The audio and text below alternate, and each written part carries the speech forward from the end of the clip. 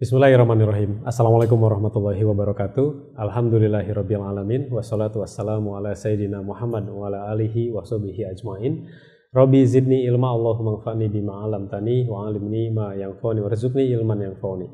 Dipancarkan dari Jalan Masjid Silaturahim nomor 36 Kalimanggis Cibubur Bekasi, Radio Silaturahim dan juga Rasil Visual untuk Islam yang satu.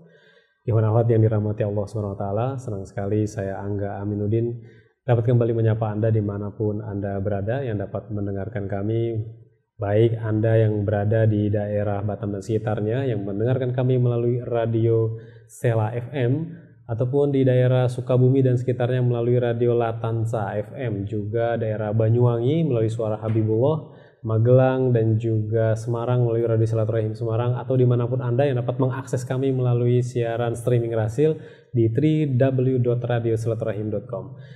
Saya menemani Anda Yohanawat di waktu sahur kembali. Kali ini kami akan menghadirkan salah satu tokoh kalau di kalangan aktivis HMI. Ini beliau memang cukup dikenal gitu ya. Apalagi di Pilgub DKI tahun lalu gitu ya. Beliau memang cukup dikenal oleh masyarakat dan cukup dekat juga, cukup akrab dengan keluarga besar Rasil karena memang sudah menjadi bagian dari keluarga besar Rasil sejak awal. Namun sosoknya memang tidak pernah dengar karena suaranya belum pernah ada gitu ya dibandingkan dengan ustadz-ustadz ataupun penyiar-penyiar yang lain. Dan sosok yang kami hadirkan di kesempatan sahur kali ini adalah Bapak Ges Khalifah. Assalamualaikum warahmatullahi wabarakatuh. Waalaikumsalam warahmatullahi wabarakatuh. Baik, Bang Ges apa kabar? Alhamdulillah sehat. Biasanya kalau sama teman-teman dipanggilnya Bapak, Abang, yang pasti nggak dipanggil Mas kan? Iya. Mas enggak pasti. Iya. Ya, Bang Ges bisa cerita kepada pendengar ini, Bang Ges ini besar di mana? Lalu di keluarga latar belakangnya seperti apa gitu ya, yang bisa membentuk seorang Pak Ges seperti sekarang. Wah, kalau saya cerita itu menarik itu, karena itu ada pengalaman yang menurut saya jarang dimiliki banyak orang. Saya lahir di Jakarta, tepatnya itu di daerah di Jalan Ledjen Suprapto, tapi lebih dikenal dengan daerah Poncol Senen. Daerah itu boleh dikatakan di masa lalu ya, daerah yang paling rawan di Jakarta. Rawan kecelakaan apa rawan kejahatan, maksiat segala macam gitu ya. Jadi antara dari rumah saya ke stasiun sebelahnya, stasiun itu ada sekarang menjadi gelanggang remaja Planet Senen, sebelah sananya lagi ada Pasar Burung. Iya. Jadi kalau saya pulang sekolah sore main-main gitu, saya tuh suka ke Pasar Burung dengan teman-teman. Dan daerah itu di masa itu Planet Senen itu daerah prostitusi. Di masa itu berarti sekitar tahun 67 kali ya, saya SD itu 67. Berarti masih masa Ali Sadikin ya? Iya, masih Ali Sadikin. Dan gak lama kemudian daerah itu dibakar, dijadikan gelanggang kebakaran, bukan dibakaran, kebakaran dijadikan gelanggang remaja. Tetapi masa-masa itu adalah masa yang paling kritis sebenarnya untuk hidup saya ke depan, karena yang setiap hari saya lihat itu seluruh kemaksiatan di Jakarta itu ada di situ. Nah, subhanallahnya, saya sekeluarga, saya anak 6 dari 6 bersaudara, seluruh anak-anaknya ibu saya itu selamat. Tidak ada yang narkoba, tidak ada yang alkohol, tidak ada yang terjerumus ya. Tidak ada yang terjerumus. Padahal lingkungannya luar biasa. Jadi kalau saya pikir-pikir, saya ini selamat karena doa ibu. Kalau bukan doa ibu, berat rasanya. Itu mendidiknya gimana? Iya. Menghadapi lingkungan keras. Lingkungan keras dan ibu saya. Menjaganya juga bagaimana? Ibu saya itu malah cenderung tidak menjaga, cenderung melepas. Anaknya main sama siapa aja, kadang doa. Ada kita istilahnya itu pemalak, ada istilah pengepom, itu istilah kejahatan lain-lain, tukang gangsir, ada istilah lagi. Baru tahu kalau tukang gangsir itu apa ya? Terus mata, itu istilah-istilah kejahatan semua gitu. Tetapi di rumah itu ibu saya menekankan, bahkan sampai ini dia katakan Umi tidak suka, tidak ridho kalau anaknya berjudi, minum alkohol, maksiat dan sebagainya lah. Terus kita menjadi karena itu dilepas, tetapi menjadi kontrol diri sendiri. Jadi ya bergaul ya apa, tapi karena kita dilepas, jadi nggak pengen memberontak karena dikasih aja. Tetapi di rumah yang namanya sholat, ngaji dan lain-lain itu ditekankan sekali. Oh, pendidikan agama tetap ya. Orang tua ini. Orang tua. Mungkin faktor utama, faktor dominan dari itu, saya pikir kalau self control dari pribadi sendiri enggak lah ya, lewat juga itu. Doa ibu aja itu membuat kita selamat dari itu. Masa kecil Pak Gis kan ya kalau kita lihat dari latar belakang keluarga mungkin keluarga Arab. Nah, sementara di Jakarta Arab Betawi. Betawi pun ternyata kan ada yang Arab Betawi, ada yang Arab ya dari daerah dan macam-macam. Ada yang Betawinya juga Betawi Sunda gitu ya. Dari bermacam-macam lah. Waktu pas kecil itu melihat keragaman cara bergaulnya gimana Pak Gis? Tetangga saya semuanya Cina. Jadi kalau lebaran Cina itu tetangga-tetangga saya itu suka mengirim kue keranjang itu ke rumah. Terus kalau lebaran kita, ibu saya itu mengirim kue lebaran ke mereka. Dan mereka hampir tiap hari kumpul di rumah saya atau saya kumpul dengan mereka juga. Jadi bahkan nama-namanya saya masih ingat, bahkan hitung-hitungan Cina pun saya masih bisa sampai hari ini. Gitu. Nama-nama teman kecil saya yang Chinese itu saya hafal. Dan itu menjadi bagian kita sehari-hari di situ. Bicara kebinekaan di Jakarta, mohon maaf ya, saya ngomong agak tegas saja soal-soal kayak gini. Yang ngajarin kita kebinekaan kemarin di urusan pilkada itu kan orang-orang liberal udik. Kita nggak ngerti Jakarta kok. Tiba-tiba ngajarin kita tentang kebinekaan, pluralisme dan sebagainya. Kita di Jakarta itu sangat biasa. Mereka bahkan sepertinya tidak tahu dulu Jakarta itu kayak gimana masyarakatnya kali ya. Sampai hari ini nggak ada masalah gitu. Anda kalau sekolah di Jakarta, di sekolah negeri, teman sebangku Anda itu kadang non Muslim, biasa-biasa sekali. Di rumah kita depannya ada orang China, sampingnya ada orang Batak, yang agamanya kebetulan Nasrani atau yang ada agamanya Buddha, normal saja, biasa-biasa sekali. Saya itu sampai hari ini di rumah saya itu sampai hari ini. Kalau di depan saya itu lagi mau perayaan Natal, itu pintu garasi rumah saya itu saya buka buat tamu-tamu mereka parkir. Karena kan kalau di jalan situ, itu kan nanti akhirnya ngeganggu yang lain. Dan itu biasa sekali. Jadi bukan saling menghormati itu kita nggak perlu diajarin. Udah biasa di Jakarta. Makanya menjadi aneh kemarin kok tiba-tiba jadi rame. Ya karena ada pemimpin yang bikin rame.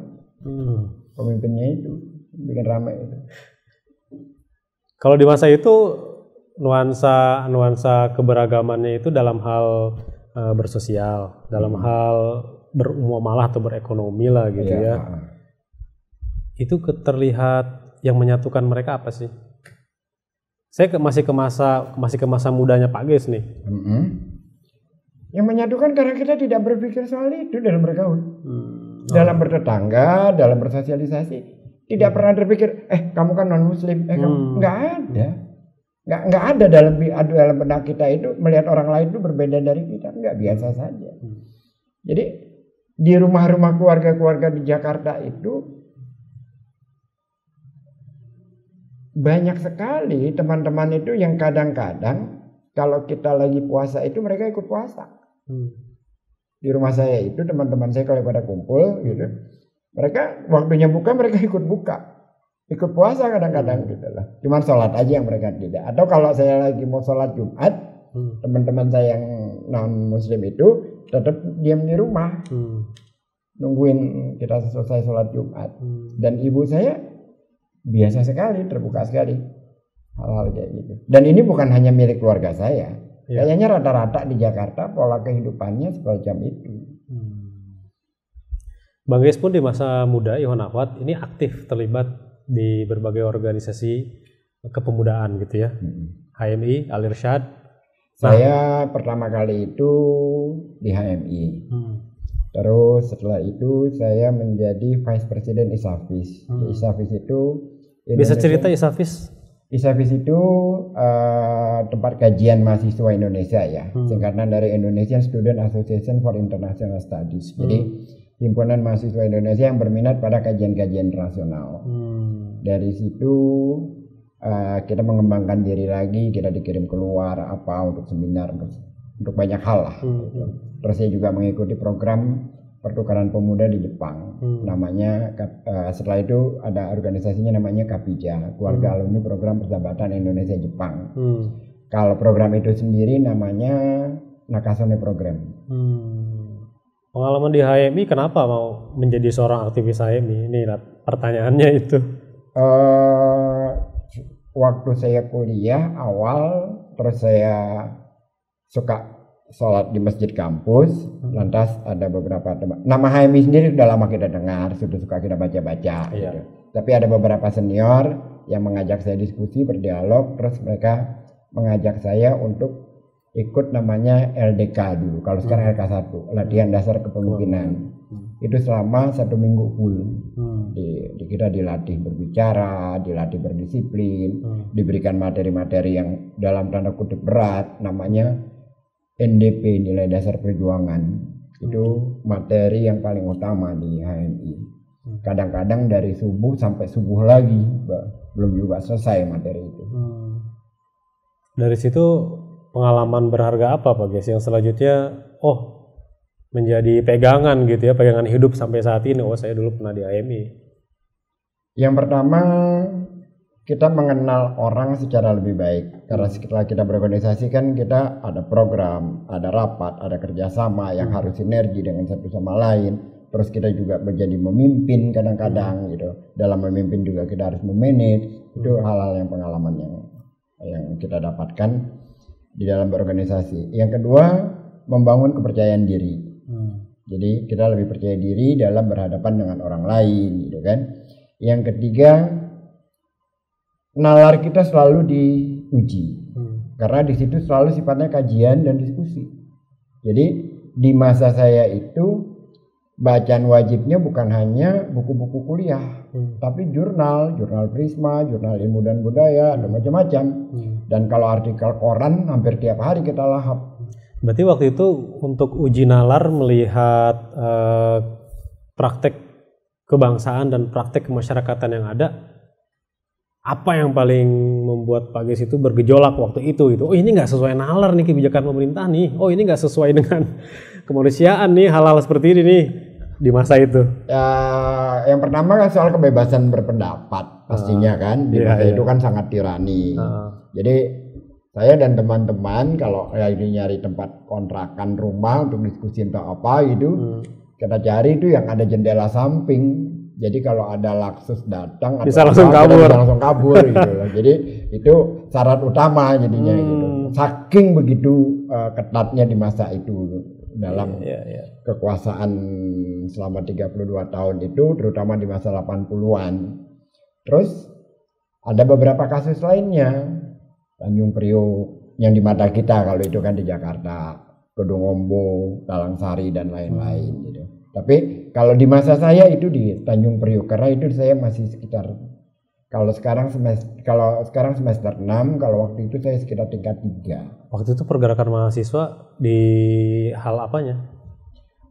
Kita membuat selebaran gelap, kita demo di dalam kampus, pokoknya yang gitu-gitu. Walaupun kebetulan sekali kampus saya itu yang memang luar biasa aktivitasnya. Di situ ada Erlangga, ada MS Kaban, ada Egy Sujana, ada Bursa Jarnubi, dan itu menurun. Itu kan senior-senior saya menurun ke kita dan itu terus. Bahkan saat itu ada namanya di Jakarta ini kan terkenal CSAS, Central for Strategic International Studies, yang di Tanah Abang itu. Kita bikin CSAS juga, Central for Strategic Islamic Studies. Jadi kita bikin lawan tandingnya gitu loh.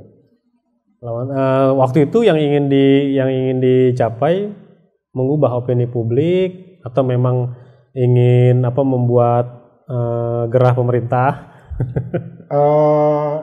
kalau saat itu semangat yang paling luar biasanya adalah semangat yang menjadi acuannya ya, semangat keislaman. Jadi karena semangat keislamannya tinggi sekali, terus ada dalam brand HMI di masa lalu tujuannya itu melakukan islamisasi culture, islamisasi budaya. Maka muncul ide tentang pakaian muslimah. Terus setiap training HMI diwajibkan perempuan menggunakan jilbab. Padahal waktu itu jilbab itu masih belum familiar seperti sekarang. Bahkan anak-anak SMA di saat itu setelah mereka ikut pesantren kilat kan, dididik tentang keislaman, mereka memahami tentang jilbab, masuk sekolah pakai jilbab dipecat. Baru dibuka. Nah, kita ikut demonya agar anak-anak yang dipecat itu dikembalikan di sekolahnya. Kita demo ke kejaksaan, kita demo ke Depdikbud, macam-macam lah saat itu guna memperjuangkan jilbab itu agar menjadi absah untuk dipakai oleh siswi-siswi SMA ataupun SMP pada saat itu. Karena kalau sudah mahasiswa kan sudah boleh. Tetapi yang mahasiswa pun masih dilihat aneh kalau pakai jilbab di masa itu. Lalu Pak Gis bertemu dengan Al Irsyad dan mulai terjun di Al Irsyad sejak kapan? Kalau Al Irsyad itu saya didatangi beberapa teman. Sebenarnya saya sudah agak telat ya. Agak telat tuh? Karena saya itu sebenarnya sudah menikah, sudah punya anak dan lebih berorientasi kepada pekerjaan hari-hari dan kehidupan sosial yang lain, aktivitas sosial. Lantas saya diminta untuk menjadi ketua Majelis Pemuda Al Irsyad karena pada saat itu terjadi kevakuman. Maka saya ambil tanggung jawab itu, terus saya keliling ke berbagai daerah hingga menghidupkan kembali cabang-cabang yang sudah lama vakum. Tapi kalau secara umur saat itu saya udah nggak wajar lagi karena ukuran saya itu pemuda umur 30. Waktu itu udah lewat. Sudah lewat gitu loh. Kan kita ada sih ormas yang namanya ormas pemuda, tapi yang isi umurnya 45, 38 gitu. Saya nggak mau sebut namanya lah. Jiwanya masih muda. Entah jiwanya masih muda atau belum pernah berhenti jadi berhenti. Aduh. Nah, di situ tapi dilanjutkan. Melanjut di Pemuda Al Irsyad. Tertariknya kenapa? Apa karena memang latar belakang Al Irsyad yang di mata masyarakat Al Irsyad ya identik dengan Arab gitu. Atau Al Irsyad atau karena memang melihat visi misi gerakannya Al Irsyad. Yang pertama hampir rata-rata, bukan hanya saya ya. Kalangan-kalangan kalau di dalam tanda kutip Arab, apalagi saya yang banyak campurannya juga dari sananya gitu. Tidak punya sentimen etnis.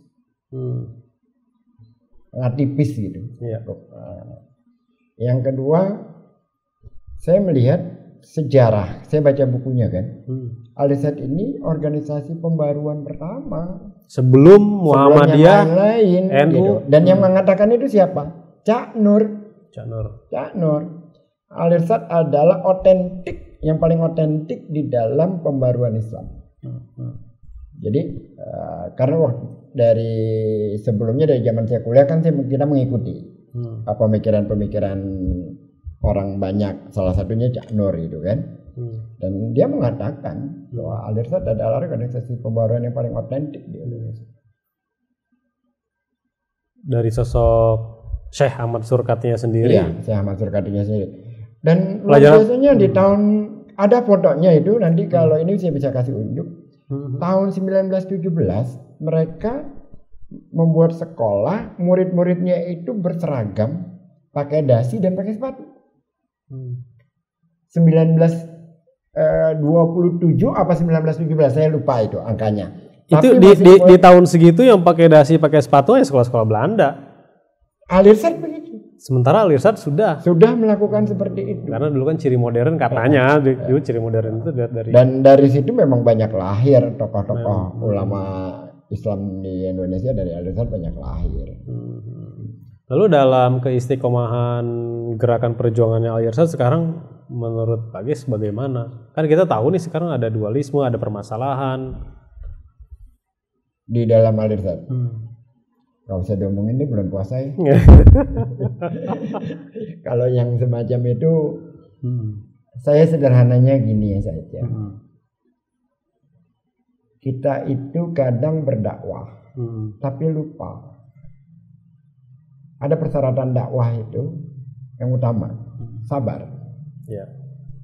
Nah ini banyak orang yang seolah-olah sudah berdakwah, tapi egonya dengan ininya bareng, tidak mampu mengelola egonya pribadi.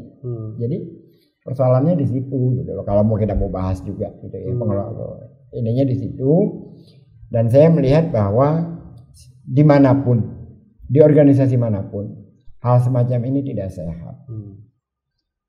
Tapi saya sendiri sudah tidak punya hak lagi membicarakan itu karena saya sudah tidak di struktur. Saya malah sekarang ini kemarin baru diminta oleh presidium kami Bang Hari Azhar Aziz untuk menjadi ketua lembaga di Majelis Nasional Korps Alumni HMI. Korps Alumni HMI. Baru dilantik kemarin bulan lalu di Hotel Sahid. Berarti kan itu mungkin generasi-generasi HMI itu masih terus butuh bimbingan ya dari para seniornya ya. Jadi ada dua, satu HMI sebagai organisasi kepemudaan mahasiswa, satunya lagi organisasi alumninya. Nah, kaminya juga kan bersifat nasional, nah itu mengelola alumninya. Tahun lalu ketuanya itu Profesor Mahfud MD, sekarang udah terpilih yang sekarang ini presidium ada 8 orang, salah satunya Siti Zuhro. Di forum itu idealisme itu jadi prinsip dasar atau melihat fakta itu memang harus kita ya disesuaikan dengan manfaatnya aja gitu? Sebenarnya di mana tempat kita bisa melakukan yang namanya idealisme kita pribadi ya, di mana tempat nggak harus di itu. Gitu. Ini kebetulan saja kita diminta gitu. Jauh sebelumnya saya sampai sekarang masih tetap mengurus Yayasan Rahmatan Lil Alamin. Yeah. Nah, itu ada sekolahnya. Masih ikut juga terlibat cewek-cewek urusan radio silaturahim. Sampai hari ini juga masih cewek-cewek juga urusan medical emergency red. Iya. Jadi hal kayak gitu itu saja. Tapi bahwa kami ini menarik buat saya. Tokohnya itu ada ribuan. Pintar-pintar semua di sana gitu. Tapi dalam konteks ke masyarakat. Jadi gini, saya selalu kritik saya kepada HMI maupun kami itu. Kami ini sekarang maupun HMI ya sudah tidak berakar di masyarakat. Kenapa? Seolah-olah meninggalkan masjid. Basisnya HMI maupun basisnya kami itu harusnya di masjid, bukan di ruang-ruang seminar. Karena memang awalnya di masjid. Anda bayangkan pada saat saya masih mahasiswa, itu teman-teman yang bisa hafal ayat 1-2 ayat 3 ayat itu sudah dilepas untuk mengisi training. Kalau yang udah lumayan bagus sudah jadi khatib Jumat gitu.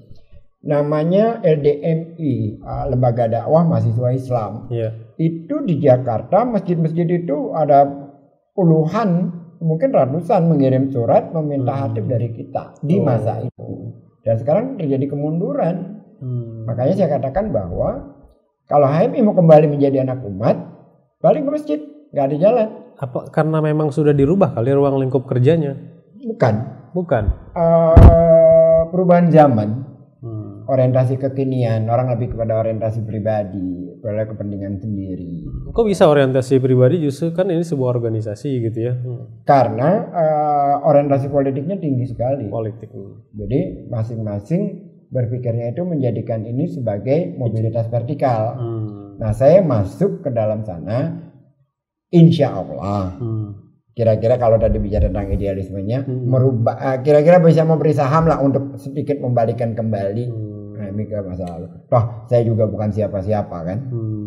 Kira-kira itu yang saya inginkan gitu. Itulah, merasa bukan siapa-siapa tadi, tapi biasanya komentar-komentarnya Bang Ges ini selalu ditunggu gitu ya nih. Ketika ada isu-isu. Nah, Bang Ges kan pasti mengalami masa Orde Baru di pemerintahan ini, lalu 98 muncul reformasi. Nah, dalam pandangan Bang Ges ini, waktu itu reformasi itu menjadi sesuatu yang memang penting, atau ada juga yang berpendapat itu reformasi itu sebenarnya masih prematur gitu, harusnya nunggu dulu sebentar lagi gitu. Nah, menurut Bang Ges? Itu kehendak zaman. Karena sekarang tuh udah orang ingat, oh udah nggak ada buktinya nih reformasi, udah nggak kerasa nih reformasi gitu. Siapa bilang? Zaman sekarang kan kalian boleh bebas ngomong apa saja. Di zaman dulu mana bisa. Hadip-hadip Jumat kan zaman dulu bikin tulisan makalah dulu, serahin ke Koramil ke apa baru naik mimbar. Kalau sekarang kan mau ngomong apa saja silahkan selama itu masih dalam koridor gitu lah. Itu sesuatu yang mahal. Hidup kemanusiaan kita itu tidak bisa diwakili oleh kemakmuran dalam bentuk apapun apabila kebebasan kita itu dikungkungi. Berarti ketika mereka mengingat masa itu dengan bicara bahwa enaknya zaman dulu mah apa-apa murah, enaknya zaman dulu mah, mungkin itu hanya ya keputusasaan. Bukan, jadi mengambilnya itu dari satu sisi. Gitu loh. Kalau sekarang lebih sulit, masyarakat tambah banyak. Ya. Tingkat persaingan semakin tinggi. Sekolah harus juga selesai. Kompetisinya itu luar biasa. Jadi memang diperlukan orang-orang yang lebih tangguh untuk hidup di zaman sekarang. Itu perkembangan yang normal saja. Di dunia manapun Anda akan ngalamin itu gitu loh. Dan memang ini bahasa orang tua. Saya nggak suka dengan bahasa itu. Apa? Matahari di zaman saya selalu lebih cerah. Jadi selalu merasakan bahwa di zaman saya itu selalu lebih baik, lebih apa gitu. Nggak juga. Setiap zaman itu punya keunikan sendiri, punya tantangannya sendiri. Matanya lebih cerah gitu ya. Tapi terbenam itu nggak indah lah. Jadi soal banyak orang yang berkata bahasa Orde Baru itu lebih bagus dari zaman sekarang. Ya saya pasti menolak. Karena kalau orang-orang seperti saya itu mengalami himpitan Orde Baru seperti apa. Nah kita mahasiswa baca bukunya Pramudia Ananda dulu kagak boleh. Buku apa persoalannya gitu loh. Bikin diskusi langsung dicap gitu ya. Kadang ada teman saya itu karena jual bukunya dia masuk penjara. Kan luar biasa. Tapi Pak Gis, kalau istilah ekstrim kanan ekstrim kiri di masa Orde Baru, di masa pergerakannya Bang Gis kan keras sekali. Keras kan? Nah, sama seperti labeling sekarang ini.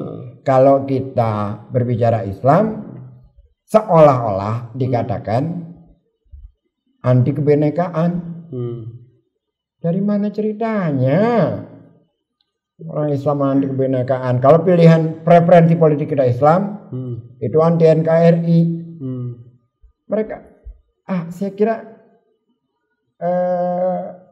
kelemahan dalam melihat perspektif orang lain. Terus tidak mampu menerima perbedaan pendapat. Jadi akhirnya keluar adalah labeling.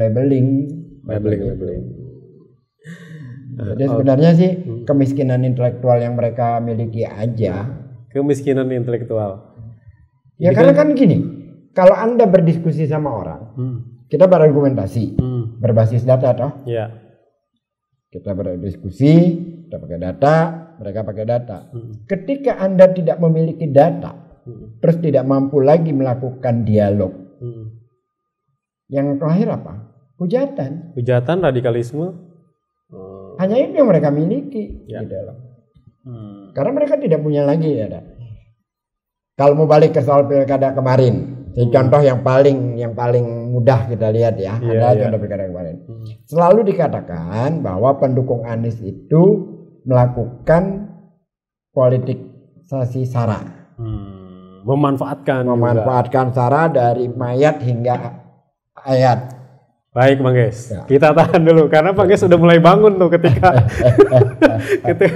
ingin menceritakan itu. Baik, saya udah diingetin sama produser. Jeda dulu, nanti kita akan lanjut di sesi kedua. Iwan Ahwat tetaplah bersama kami di acara Sahur Bersama Top.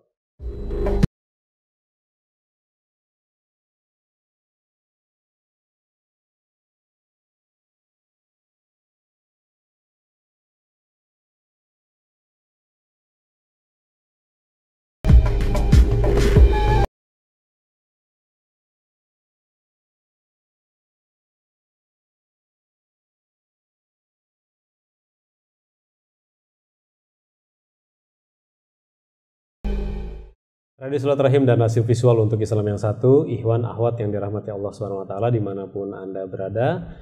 Kembali bersama saya di acara sahur bersama tokoh Bang Ges Khalifah. Kita hadirkan di waktu sahur ini sambil menemani santap sahur Anda. Kalau Bang Ges sahur biasanya makan apa?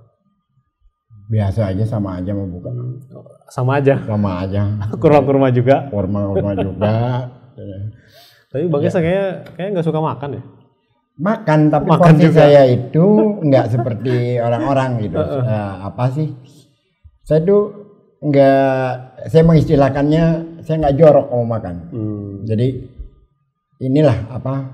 Udah nggak tahu, sudah terbiasa gitu. Kalau makan sih agak milih secukupnya. Terus nggak terlalu suka yang gimana. Iya, tidak begitu nggak terlalu hobi kuliner. Nah itu nggak terlalu hobi kuliner. Karena orang kan kalau udah hobi kuliner itu kemanapun, ini enggak ya? Saya enggak. Ini jaga kesehatannya gimana Bang Ges? Jalan sehat pagi. Jalan sehat. Nah, 1 jam. Kalau Sabtu itu suka di Monas sama teman-teman. Kalau selebihnya di rumah aja. Kalau waktu muda olahraganya apa? Berenang ya. Bola. Naik gunung. Katanya suka ngebut. Tapi kalau dulu kayaknya enak ngebutnya deh. Masih sepi. Enggak sepi juga enggak sebenarnya. Juga ya? Kan jalan Jakarta itu kan enggak lebar juga di masa itu, kan ditambahin di masa sekarang. Jadi sama aja sebenarnya. Sama aja sebenarnya. Saya kalau ke sekolah dari rumah saya ke SMA 7 Gambir ya kena macet juga. Yang beda motornya kali ya. Yang beda adalah tingkat prosentase kenaikan motor memang luar biasa sekali. Luar biasa sekali. Tapi kalau soal kemacetan, saya nggak terlalu lihat bahwa itu masalah zaman sekarang. Oh, dari masa kecil sampai masa sekarang sampai sekarang ya Jakarta begitu tuh ya begitu. Memang begitu, memang macet, tapi tentu saja bertambah iya, karena kan volume jumlah kuantitas manusia kan jauh lebih banyak, pendatangannya banyak. Itu bisa banyak hal yang kita bisa jelaskan gitu sih. Baik, Ikhwan Akhwat, setelah hampir puluhan tahun sebenarnya meninggalkan dunia kampus, tidak aktif lagi menjadi seorang aktivis, lalu lebih fokus kepada kesibukan di dunia usaha gitu ya. Selain itu juga beliau sibuk di kegiatan sosial. Kegiatan sosial apa aja sekarang Pak Ges? Yang utama, yang paling sering ngeganggu ya, kadang-kadang telepon minta untuk ini, untuk ini, rahasil lah. Kalau bahasanya mengganggu, sebenarnya enggak, itu adalah kenikmatan tersendiri. Ya selain rahasil ya sekolah ya, yayasan Rahmatul Alamin masih ya. Alamin masih itu kan. Terus di teman-teman bekas alumni sekolah, saya kan alumni SMA 7, jadi tiap tahun ada program untuk membantu sekolah-sekolah yang sangat minus. Jadi ruang belajarnya jelek, tidak punya lemari. Jadi kita survei dulu, itu tiap tahun kita lakukan. Namanya 7 sinergi. Yang gitu-gitulah. Bang Ges juga kayaknya suka deh akan kebudayaan gitu ya. Iya. Aktif juga sampai sekarang. Masih. Saya bikin event namanya Jakarta Melalui Festival, itu dari tahun 2012 sampai tahun lalu, dan tahun ini juga tetap diadakan insya Allah. Kenapa harus Melayu? Identifikasi Melayu itu adalah etik Islam. Kalau Anda perhatikan tarian Melayu itu, tidak ada penari Melayu itu tangannya itu melewati tiap penari perempuannya. Tidak ada tatapan mata antara laki dan perempuan, apalagi bersentuhan. Dari sisi lain, lirik-lirik Melayu itu penuh metafora dan dominannya berbicara tentang Tuhan, keilahian, selain persoalan cinta tentu saja. Tapi itu pun diungkapkan dengan sangat puitis. Kalau ada orang yang mengatakan Melayu identik dengan dangdut, bagaimana? Itu nggak kenal sejarah, itu aja, nggak ngerti sejarah. Jadi bedanya jauh, bukan bedanya jauh, artinya dangdut itu adalah perkembangan kekinian. Atau mungkin karena dilihat dari sosok-sosok senimannya kali ya, yang dia dia tidak memahami sejarah Melayu itu sendiri. Melayu itu adalah yang memberikan sumbangan terbesar terhadap bangsa ini. kita memiliki 714 bahasa, sekian ribu pulau, sekian banyak etnis, dan semua itu diikat, dipersatukan oleh bahasa Melayu. Luar biasa semangat Melayu terhadap bangsa ini. Di mana negara yang ada yang memiliki bahasa pemersatu seperti ini? Iya. Tidak banyak. Hanya di Indonesia. Hanya Indonesia. Salah satunya. Jadi kita ketemu orang Bali tidak perlu penerjemah. Kita bertemu orang Makassar tidak perlu penerjemah. Sudah ada bahasa ya. Sudah ada bahasa yang bisa digunakan digunakan semua. Dan nggak banyak di negara-negara lain yang bisa seperti ini. Betul. Nah, Bang Ges, ini bicara mengenai ibu kota DKI Jakarta dengan segala permasalahannya. Masa-masa kritis, masa-masa jaya, dan masa-masa recovery itu Bang Ges lihat semua kan ada di Jakarta. Iya. Yang bisa di-share ceritanya apa nih hingga masa saat sekarang? Tentang Jakarta. Iya. Jakarta itu menjadi tempat penampungan orang-orang yang tidak punya kehidupan dalam tanda kutip secara ekonomi di daerah. Hingga semua orang kemari. Sesak ya di Jakarta ini. Lantas pembangunan ekonomi yang awalnya itu sentralistik itu yang membuat akhirnya semua orang ingin berkompetisi di sini karena meyakini bahwa Jakarta memiliki kesempatan hidup yang lebih besar dibanding yang lain. Muncullah banyak kampung-kampung kumuh akhirnya yang diakibatkan oleh tidak dikelolanya dengan baik desain tata kota kita yang tadinya sudah dibuat tetapi implementasinya lemah. Itu satu hal di Jakarta. Yang alhamdulillah sekarang kita punya pemimpin baru yang punya kepedulian yang luar biasa terhadap itu. Jadi dia menyatakan selalu kepada siapapun Jakarta untuk semua, bukan untuk segolongan. Maka yang akan kita lakukan adalah keadilan sosial bagi semua orang. Dan itu nampak dari programnya. Tapi kalau yang sebelum-sebelumnya, saya tidak bicara hanya sebelum Pak Anies saja, tapi yang sebelum-sebelumnya, memang terkesan yang dipikirkan adalah kepentingan kelas menengah. Seperti Anda katakan tadi soal macet. Macet itu urusan kelas menengah. Dan nilai bawah itu di kampung orang yang nggak punya kerjaan, apa urusannya dengan macet? Yang dibutuhkan lapangan pekerjaan, yang dibutuhkan pendidikan buat anaknya, itu yang lebih utama. Yang kena macet itu orang yang kerja, gitu loh. Jadi menjajal aja di survei itu macet, banjir itu nomor sekian. Urutan pertama dari kebutuhan masyarakat itu adalah pekerjaan, ekonomi lah intinya. Yang kedua pendidikan. Kesejahteraan berarti ya? Iya. Kesejahteraan dan kelangsungan hidup. Tadi ketika Bang Ges menyebutkan nama Anies Baswedan, sudah kenal sejak kapan sih? Kayaknya pas kemarin memang lebih akrab ya? Sejak pilkada kemarin.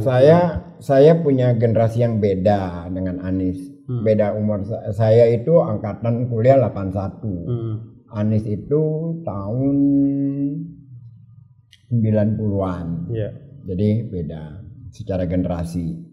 Kebetulan saja kita banyak ketemu di berbagai forum diskusi setelah Anies kembali dari Amerika dan di situ saya akrab. Jadi sering bincang-bincang lah berbagai persoalan gitu kan. Pada saat dia dilantik jadi rektor Paramadina, hari itu juga saya bertemu dengan Anies. Saya katakan pada Anies, selamat datang di dunia fitnah. Anies kaget. Kenapa? Mulai hari ini Anda akan dapat label liberal. Dan itu terjadi. Memang. Karena orang kan tidak paham tentang isi pikiran orang. Yang penting, jadi nalar-nalar pendek itu, judgement itu selalu lebih cepat daripada pemikirannya sendiri. Belum dialog tapi udah langsung justifikasi. Jadi, dan saya sudah mampu memprediksi hal semacam itu dan kita sambil tertawa saja membicarakannya. Nah, Bang Ges, masalahnya fenomena itu juga terjadi di dunia dakwah, Bang Ges. Iya. Beda pendapat gitu ya, beda pemikiran, justifikasi gitu. Ya, Kan gini, seperti tadi itu ya. Kita lebih mudah memberikan stempel daripada tabayun. Contoh, nggak usah jauh-jauh. Radio Silaturahim AM 720. Tagline-nya apa? Untuk Islam yang satu. Yeah.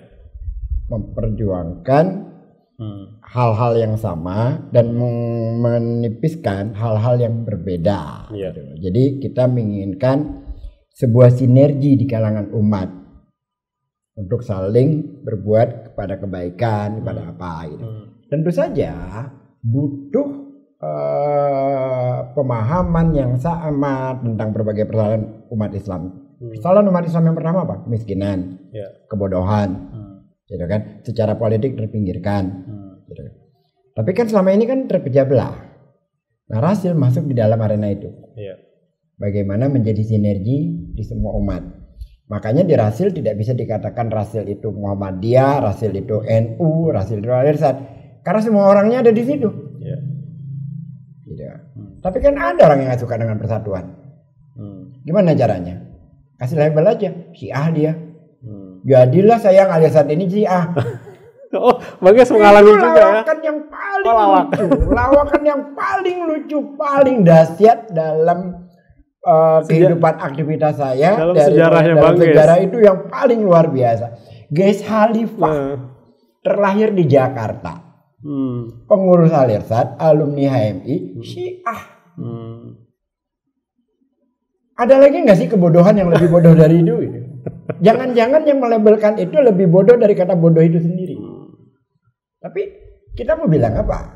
Akhirnya Bang Ges, apa yang dikatakan oleh Bang Ges ketika ada serangan tersebut? Saya tidak peduli.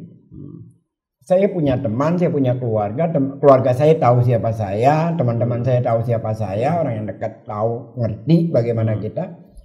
Dan saya tidak terlalu peduli dengan orang-orang semacam itu karena bagaimana kita mau memikirkan pembicaraan yang terlahir dari kemiskinan intelektual. Buang waktu kan jadinya. Iya. Jadi saya nggak peduli, silakan aja. Makanya di situ akhirnya dari pengalaman ini Bang Ges sempat mengatakan kepada Anies, selamat datang di era fitnah. Iya. Makanya kita tanya, loh kok istilahnya gini, gue udah ngalamin. Karena kita udah banyak ngalamin kan gitu dia, kali ya. Gitu. Jadi begitu dia ini, ya katakan selamat datang, selamat mendapatkan label baru. Dan ternyata setelah dia mau jadi gubernur, karena orang punya kepentingan sama dia, yang memberikan label-label itu buru-buru mengecat ulang. Nanti kita kan nggak tahu kemungkinan itu. Pada saat situasi tertentu, seorang bernama Ustadz Husin misalkan atau Rasil, kira-kira lagi dibutuhkan sama umat, ya mereka masing-masing mengecat ulang untuk memutihkan kembali itu apa yang sudah dikatakannya. Tip X-nya langsung sibuk gitu ya. Sibuk sendiri karena tanpa tabayun. Tanpa tabayun. Jadi orang-orang yang sering bicara tanpa tabayun seringkali mempermalukan dirinya sendiri karena begitu berhadapan dengan data. Mereka lemah.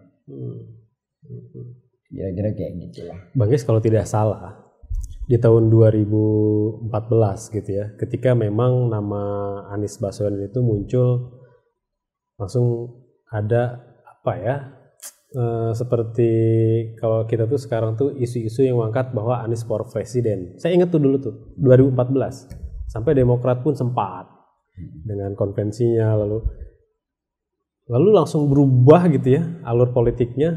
Kok tahu-tahu 2017 muncul sebagai cagup gitu ya, dan 2018 terbukti. Bang Ges ada peran di situ?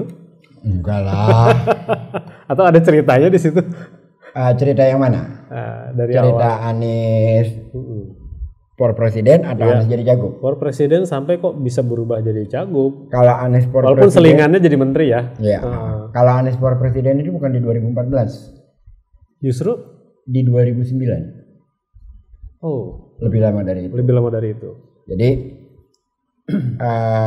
saya punya lingkungan teman-teman, punya kajian-kajian terhadap keindonesiaan dan politik Indonesia ke depan. Terus tentu saja punya idealisme siapa yang pantas memimpin bangsa ini. Nah pada saat itu saya mendeklarasikan 3 nama. 3 nama itu, 1 Andi Malarangeng, Andi Alfian Malarangeng. Yang kedua Anas Urbaningrum. Yang ketiga Anies Baswedan. 3 nama ini yang saya kemukakan. 3A ya. Terus terjadilah dialog wacana di namanya waktu itu masih Milis. Milis Kahmi, Kahmi Pro. Terus entah gimana, ada proses seleksi alam atau gimana, nama Anies lah yang semakin sering saya dan teman-teman membicarakannya untuk menjadi tokoh Indonesia masa depan. Tapi kan kalau kita bicara Anies presiden masa depan, nggak menarik. Kita katakan aja langsung Anies for presiden. Tapi tahun 2009 kita sudah mencalonkan dia sebagai calon presiden untuk pemilu di 2009. Walaupun tentu saja hanya dilihat sebelah mata oleh kalangan partai politik. Karena kan siapa Anies gitu. Kira-kira gitu. Lalu kalau misalkan ketika kemarin langsung terlibat di Pilgub 2017, Bang Gis melihat itu ada kekuatan apa sih sebenarnya? Walaupun bahasa mereka itu ada makar ya, kalau kita melihatnya ada kekuatan apa? Saya terus terang saja, sepanjang saya mengikuti persoalan-persoalan politik di Indonesia, sepanjang saya kadang-kadang saya juga menulis beberapa artikel analisa tentang politik. Yang paling misterius adalah Anies menjadi calon gubernur. Sangat misterius. Tapi jadi saya mengatakannya itu karena saya mengikuti proses dari awal, bahkan sebelum nama Anies ada. Dari awal. Jadi begini. Awal persoalan itu pertama, saya pribadi mendukung haknya Ahok menjadi gubernur. Haknya, bukan mendukung dalam arti memilihnya. Karena dia kan warga negara juga. Karena dia warga negara Indonesia, tidak ada dalam undang-undang politik kita bahwa Cina non-Muslim tidak boleh menjadi pemimpin, nggak ada di dalam undang-undang kita. Jadi ketika Jokowi menjadi presiden, otomatis Ahok menjadi gubernur. Banyak orang yang menolak, saya bersikap sebaliknya. Saya menerima sepenuh-penuhnya. Karena itu adalah hak setiap warga negara. Sesuai konstitusi. Sesuai konstitusi. Jadi kalau mau dikembalikan kepada Islam juga, dalam perjanjian Hudaybiyah 10 tahun, Rasulullah tidak boleh masuk Mekah. Rasulullah mengikuti perjanjian itu. Kita sebagai bangsa Indonesia sudah terwakili dengan Undang-Undang 45 yang seluruh dari komponen-komponen bangsa itu terlibat di sana. Itu perjanjian kita dalam bernegara. Kita harus taati. Kira-kira gitu cara berpikirnya. Lantas timbul kegaduhan-kegaduhan yang menurut saya, kacamata saya, ini orang tidak layak untuk menjadi pemimpin. Mulailah, dan ternyata banyak sekali yang merasakan seperti saya itu. Mulailah kita gerak, kita kerja untuk menjadi calon alternatif Pilkada DKI. Tidak ada nama Anies. Nama Anies itu masih sebagai Mendikbud. Nama-nama yang muncul pada saat itu adalah, ini ceritanya agak panjang, boleh? Oke, boleh. Ya, sahurnya dipanjang jadi. Nama-nama yang muncul saat itu adalah, yang pertama itu Yusril Iza Mahendra. Yang kedua Adi Aksa Daud yang sudah juga memproklamasikan diri. Yang ketiga Sandiaga Uno. Yang keempat kita yang memunculkan, bukan dia. Saya ingin bicara jujur. Bapak Sapri Samsudin. Pak Saf. Jadi 4 nama itu muncul ke permukaan. Tiba-tiba Anies diresapel tanggal 27 Juli. Yang kita semua gelap kenapa dia diresapel. Saya persingkat saja. Makin berjalan pilihan kita maksudnya saya dan teman-teman ya, kita punya kelompok. Kita cenderung kepada Pak Sapri. Karena kita anggap Pak Sapri punya modalitas yang lebih kuat dibanding calon-calon lainnya untuk melawan Ahok. Tetapi kan akhirnya Gerindra tidak memilih Pak Sapri, memilihnya Sandiaga Uno.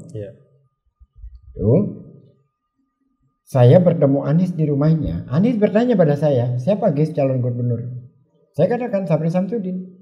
Setelah Anies diresapel. Jadi tidak terbayang juga pada saya bahwa Anies akan masuk dalam pusaran pilkada gitu kan. Berproses itu kan Juli ya, 20 dari Juli masuk ke bulan Agustus. Tidak lama kemudian kan Gerindra mengumumkan Sandiaga Uno. Lantas masih banyak nebak-nebak apakah PDIP akan ke Ahok atau ke yang lain. Masih mereka nahan. Tetapi ketika Budi Gunawan diangkat menjadi ketua BIN, maka partai-partai itu yakinlah sudah bahwa PDIP akan ke Ahok. Kira-kira dianggapnya sebagai bargainingnya. Mereka buru-buru untuk mencari alternatif lain. Anies kebetulan sudah tidak menjabat. Lantas ada kegelisahan di kalangan umat Islam, sebagiannya ada di Sunda Kelapa, untuk menjadi figur pemimpin. Di Sunda Kelapa itu muncul nama di antara mereka, orang-orang yang aktif di sana. Bagaimana kalau Anies dimajukan? Muncullah nama Anies itu. Nah, Anies setelah tanggal 27 Juli itu dia harusnya di bulan September berangkat ke Amerika. Harusnya di mana-mana itu. Karena dia diminta ceramah di sana. Dia berangkat ke Amerika. Sebelum menjelang ke Amerika, Anies sakit. Sakit di Rumah Sakit Mayapada, dirawat 3 malam. Nah, didatangi oleh salah satu tokoh di Jakarta, dijokongi oleh juga ada partai Islam yang mendatangi. Tentu saja bukan PKS yang mendatangi Anies pertama kali. Ini lebih rinci ceritanya dan didatangi, lantas ditanyakan kesiapan dia menjadi calon gubernur DKI. Anies katakan, saya harus bilang sama ibu saya dulu. Karena kalau tidak izin dari ibunya, dia tidak akan lakukan. Selesai itu, Anies bertanya sama ibunya yang kebetulan lagi ada di Jakarta. Ibunya bertanya, kamu dicalonkan atau mencalonkan diri? Anies katakan, saya dicalonkan, bukan mencalonkan diri. Kalau kamu dicalonkan, anggap itu amanat. Tapi, tolong kamu ingat, kita tidak punya apa-apa, yang kita punya hanya nama baik, tolong jaga itu baik-baik. Saya tidak tahu proses itu sebelumnya. Beberapa hari kemudian, ramai nama Anies di survei. Surveinya Hanta Yuda, saya lupa apa lembaga surveinya. Saya membaca di media, Anies Risma sekian persen. Anies Sandiaga sekian persen. Intinya angkanya itu kalau dengan Risma menang lawan Ahok, kalau dengan Sandiaga kalah dengan Ahok. Saya baca itu, tentu saja insting politik saya tidak percaya ini. Saya langsung kirim ke Anies, ini ada apa? Karena ini udah terbuka semua, saya buka saja. Anies membalas WA saya, confirm P3, PKB dan PAN mencalonkan Anies sebagai calon gubernur. Udah, saya agak kaget dan tentu saja excited melihat wah ini sedap ini pertarungannya. Satu, orangnya yang memang saya kenal baik dan saya percaya dengan soliditasnya dia, moralitasnya, integritasnya dan segala macamnya itu. Banyak hal yang saya sudah meyakini dari dulu bahwa dia akan menjadi pemimpin Indonesia masa depan. Kan? Terus bergulir tanggal 20 PDIP menetapkan seperti yang sudah dipikirkan oleh yang lain-lain, Ahok. 20 September. Hari yang sama di CGS mereka rapat. Di CGS rapat, muncul nama. Senin itu masih nama Anies yang muncul di CGS. Saya tidak mengatakan kenapa saya tahu ini, ya tentu saja saya punya kenal orang-orang yang ikut rapat di sana. Selasa malamnya terjadi perubahan nama. Muncul nama AHY. Terus Selasa Rabu pagi orang-orang yang mendorong Anies untuk tetap maju menyatakan kepada Anies, seorang tokohnya ini mengatakan, Anies, sudahlah kau kembali saja jadi dosen sana. Artinya kau tidak punya harapan untuk muncul. Dan bagi Anies tidak kenapa-napa karena memang dia tidak dari awalnya juga tidak menginginkan, dia dipaksa untuk mencalonkan diri juga dia tidak mau untuk deklarasi sebelum ada keputusan partai. Di sini ajaibnya. Cikeas, Demokrat, P3, PAN dan PKB diumumkan, masih ingat nggak jam berapa? 2:30 pagi. Di harinya udah hari Kamis. Itu diumumkan calon dari mereka. Yang tinggal yang belum Gerindra dengan PKS. Dan kita sudah tahu nama dari Gerindra siapa, yang belum kan tinggal wakilnya. Itu adalah Sandiaga. Wakilnya sedang diolah, dicari. Apakah Bupati Batang, namanya saya lupa ya, atau siapa gitu, atau Mardhani Alisera. Hari yang sama Kamis siang Sandi menemui Anies, membawa nama Anies ke Gerindra. ini hal yang di luar perkiraan banyak orang, yang saya berani mengatakan bahwa ini adalah cara Allah bekerja dengan misterius gitu. Ini gerilya politik? Nggak ada. Sudah selesai. Ketika PKB, PAN, Demokrat menentukan AHY, sudah selesai. Perjalanan Anies itu sudah habis di sana. Tiba-tiba muncul lagi dibawa ke Gerindra. Yang kita ngerti kok pada saat Pilpres 2014 Anies di mana, Prabowo di mana. Iya, betul. Jadi kan sangat nggak mungkin gitu kan. Tiba-tiba dibawa nama ini dan tentu saja tidak disetujui. Tidak disetujui. Baru disetujuinya jam 9:30 malam. Dan itu pun cawagup, bukan cagup. Ketika Anies ditanya, Anies menjawab, Bismillah, Anies tidak bersedia. Karena kalkulasi politiknya memang tetap berat kalau ada cawagup untuk mengangkat suara itu kan. Jam 1 malam baru terjadi perubahan, barulah ditetapkan Anies untuk cagup. Jam 1 malam sudah hari Jumat, hari terakhir penetapan. Kan kalau jam 1 malam kan berarti sudah hari besoknya. Jadi ditetapkan gitu. Besok paginya akan dideklarasi dan nggak jadi. Entah kenapa dideklarasikannya itu siang. Yang siangnya pun nggak jadi juga. Baru dideklarasikannya maghrib. Anies Sandi. Itu pun dengan berbagai masalah lagi gitu, yang saya tidak bisa bicarakan sesungguhnya di sini.